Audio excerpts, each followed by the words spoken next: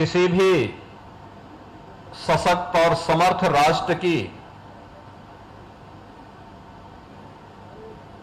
सबसे प्रमुख जो उपलब्धि होती है वह शिक्षा होती है।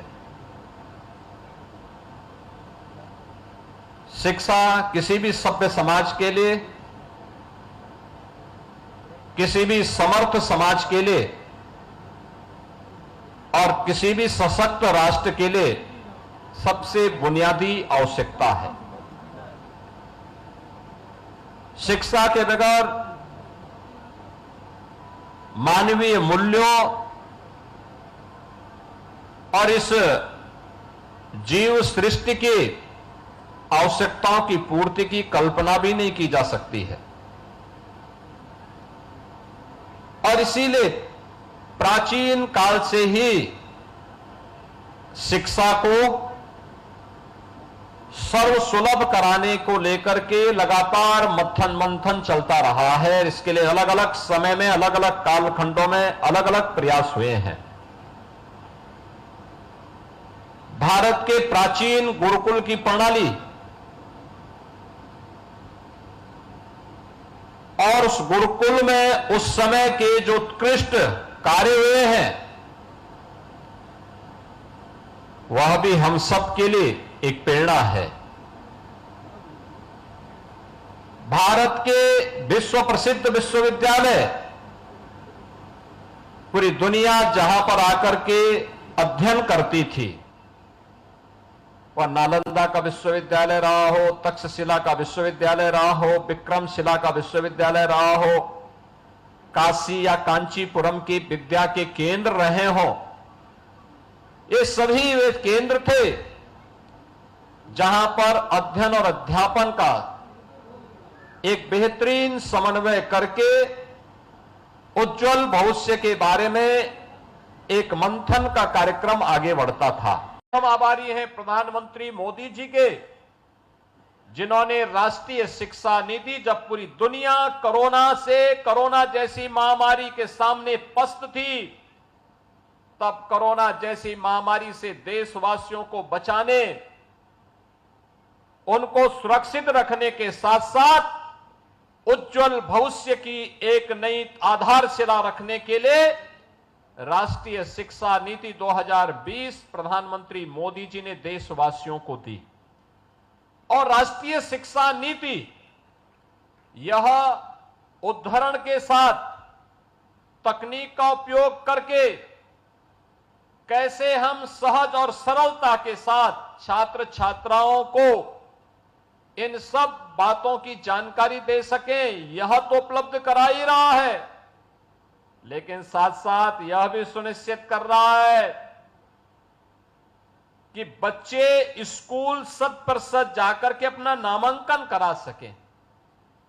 इसके लिए बच्चों को भी, अभिभावकों को भी, पंचायत को भी, समाज के गणमान्य लोगों को तो इसके लिए जागरूक करना ही है, लेकिन साथ साथ उन संस्थाओं को जो समाज के निर्माण के लिए अपना योगदान दे रहे हैं, जिन्होंने सामाजिक प्रतिबद्धता को समझा है, उनके सेसार मत से भी हम लोग इसमें सहयोग लेकर के इस पूरे कार्यक्रम को सफलता की नई ऊंचाई तक पहुंचाने का काम करेंगे।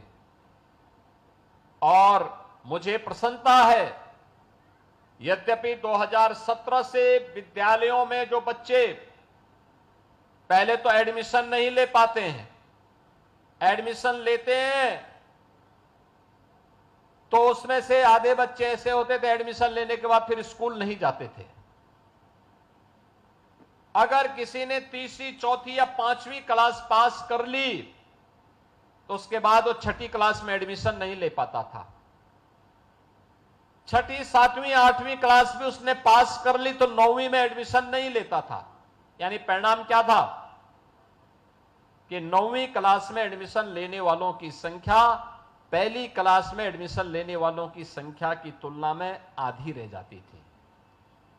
हाई स्कूल के बाद जब सीनियर सेकेंडरी स्तर पर जाता था, इंटरमीडिएट के लिए आता था, उसमें भी कमी आ जाती थी और अंततः स्नातक करने वालों की संख्या 25 से 30% मात्र रह पाती थी और उसमें भी क्वालिटी का ध्यान नहीं दिया जाता था। आज एक तरफ हम लोगों ने 2017 में प्रारंभ किया पहले स्कूल चलो अभियान।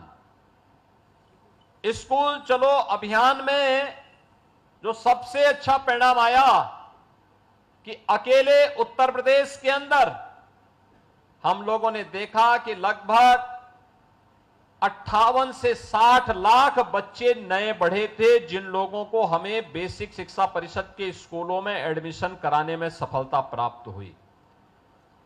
आप सोचिए, कोरोना में स्कूली शिक्षा सबसे ज्यादा प्रभावित हुई, लेकिन 1,34,00,000 से बढ़कर के छात्रों की संख्या उत्तर प्रदेश बेसिक शिक्षा परिषद में 1,92,00,000 पहुंच गई और 1,92,00,000 की संख्या बताती है कि बच्चे स्कूल जाना चाहते थे लेकिन उनको ले जाने का कोई माध्यम नहीं बन पा रहा था, उनको प्रेरित और प्रोत्साहित करने का कोई माध्यम नहीं बन पा रहा था। फिर इन बच्चों के लिए हम कुछ कार्यक्रम अपना आगे बढ़ा सकें, इसके लिए सरकार ने प्रारंभ किया। हम इन बच्चों के लिए, मैं जाता था इस अलग अलग क्षेत्रों में, जब मैंने देखा तो मुझे कुछ चीजें देखने को मिली। खास तौर पर बालिकाओं की शिक्षा के बारे में बहुत ज्यादा रुचि न होने के कारण अभिभावक बेटियों को स्कूल नहीं भेजते थे या भेजते थे तो यूनिफॉर्म नहीं बनाते थे, जूते चप्पल नहीं देते थे। हमने सुनिश्चित किया कि जो भी बच्चा बेसिक शिक्षा परिषद के स्कूलों में पढ़ेगा उन बच्चों के लिए यूनिफॉर्म फ्री देंगे, स्वेटर फ्री देंगे, बैग और बुक्स फ्री उपलब्ध करवाएंगे और उन बच्चों के लिए जूता और मोजा भी उपलब्ध करवाएंगे। और मुझे प्रसन्नता है कि आज हमारी सरकार 1,200 रुपए इन छात्रों के लिए, यूनिफॉर्म के लिए, बैग, बुक्स और शूज के लिए उनके अभिभावक के खाते में सीधे भेज रही है, जिससे वह अपने बच्चों के लिए इस आवश्यकता की पूर्ति कर सके। हमने जनप्रतिनिधियों, समाज के मानिंदों का सहयोग लेकर के ऑपरेशन कायाकल्प का एक अभिनव प्रयोग प्रारंभ किया और मुझे बताते हुए प्रसन्नता है कि 1,34,00,000 विद्यालयों में ऑपरेशन कायाकल्प के माध्यम से फ्लोरिंग, उसके फर्श को बनाने, फर्नीचर को लाने, स्मार्ट क्लास बनाने, बालक बालिकाओं के लिए अलग अलग टॉयलेट बनाने, वहां पे लाइब्रेरी बनाने और अन्य तमाम कार्यक्रम वहां पर प्रारंभ हुए। पेयजल की व्यवस्था के कार्यक्रम प्रारंभ हुए और आज उसके परिणाम भी हमारे सामने देखने को मिल रहे हैं। इसमें केवल सरकार ही नहीं, पहले भी तमाम उन संस्थाओं का योगदान हमें मिला जो सामाजिक प्रतिबद्धता के लिए जाने जाते थे।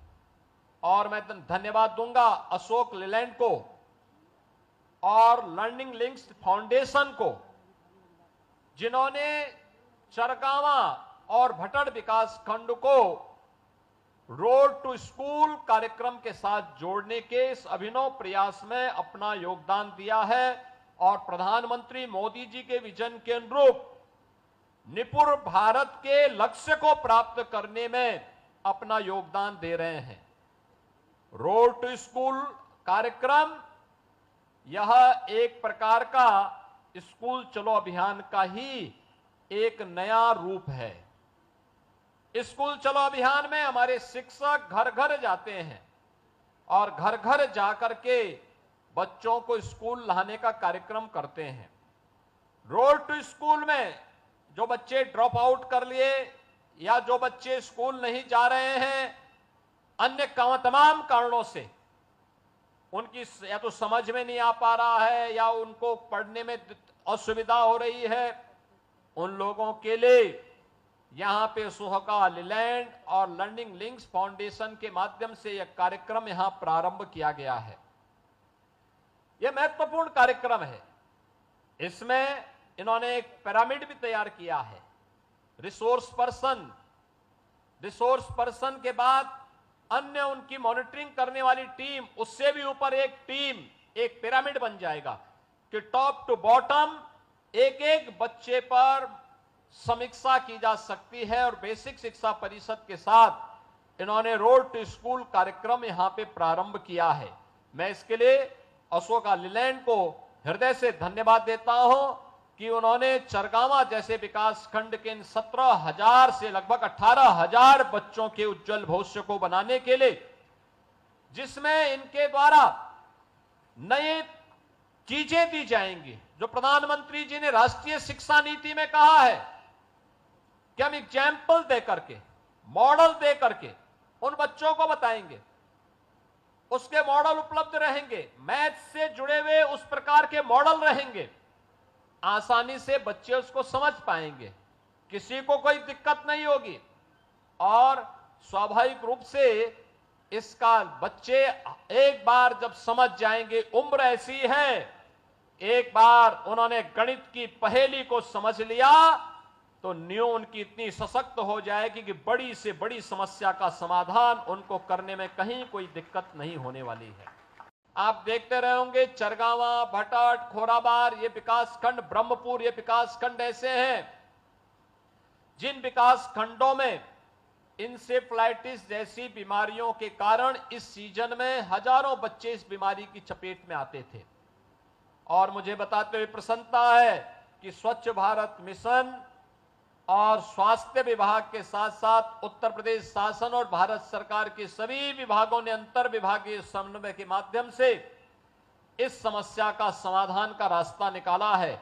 आज इंसेफ्लाइटिस पूरी तरह समाप्त। इंसेफ्लाइटिस समाप्त होने का मतलब हमने स्वच्छता पे ध्यान दिया, शुद्ध पेयजल पर ध्यान दिया, परिणाम हमारे सामने है। और इसीलिए ये कार्यक्रम इसके माध्यम से आगे बढ़ाना है। इसके लिए आधारभूत शिक्षा, स्वास्थ्य, खेल और कला शिक्षा के कार्य क्षेत्र भी इसमें सम्मिलित किए गए हैं।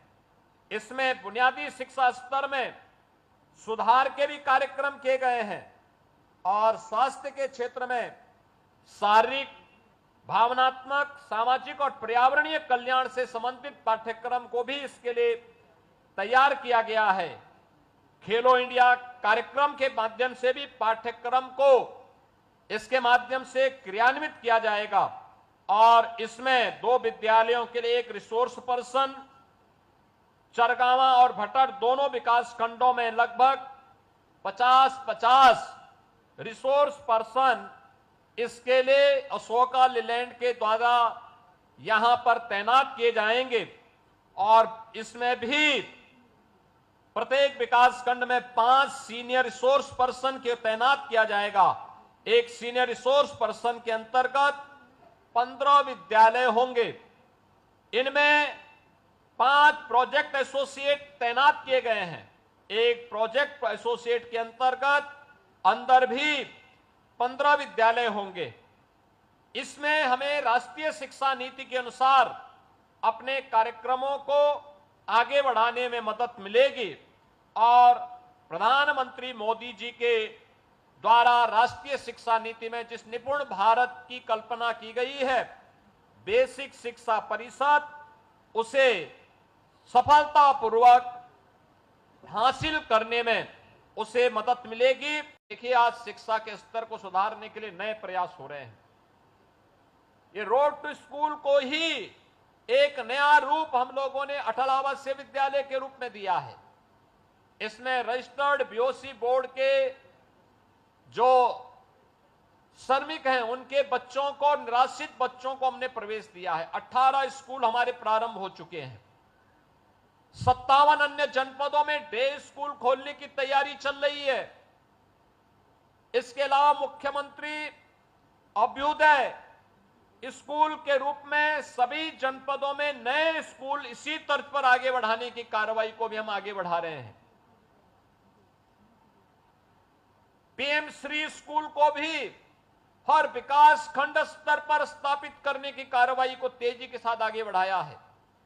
आप मान करके चलिए, शिक्षा में आमूलचूल परिवर्तन हो रहा है। यह आमूलचूल परिवर्तन नए भारत को एक विकसित भारत बनाने में सफल होगा और विकसित भारत की इस परिकल्पना को साकार करने के लिए हम सभी को स्कूली शिक्षा पर ध्यान देना होगा।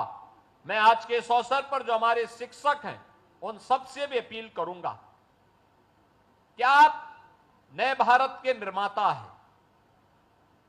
पूरा देश और पूरी दुनिया आपको देख रही है। हमें याद रखना होगा, ज्ञान से अपने आप को अपडेट करना कोई पेट से सीख करके नहीं आता है। जब ये स्मार्टफोन नहीं आया होगा तब हम लोगों ने इस स्मार्टफोन को लोगों ने देखा होगा कैसे चलता है। आज आप देखते होंगे कि बच्चे भी स्मार्टफोन में तेजी के साथ खेलते हैं, स्मार्टफोन की जानकारी रखते हैं, उसके एप्लीकेशन की जानकारी रखते हैं। और मुझे भी आप सबसे ये अपील करनी है कि हमें अपने आप को अपने जिस विषय के हम शिक्षक हैं, जिस फील्ड में कार्य कर रहे हैं, उसके साथ साथ सामाजिक दायित्वों की भी जानकारी हमारे पास रहनी चाहिए, जिससे हम बच्चे को एक योग्य नागरिक बनाने में अपना योगदान दे सकें। दूसरा, तकनीक का उपयोग करके जीवन को सरल और सुगम बनाने के लिए कैसे हम इस तरीकों का अपना सकते हैं, इसकी भी जानकारी हमें रखनी होगी।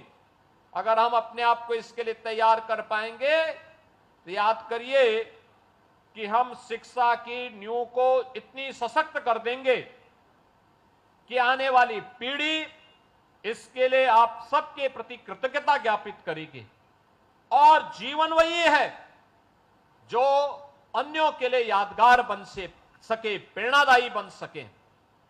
आपके ऊपर यह भविष्य निर्भर, आपके ऊपर देश का भविष्य निर्भर करता है, क्योंकि आप इन बच्चों का भविष्य बना रहे हैं।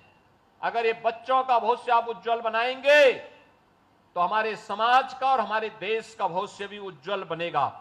कोई दुनिया की ताकत फिर इसे नहीं तोड़ सकती है।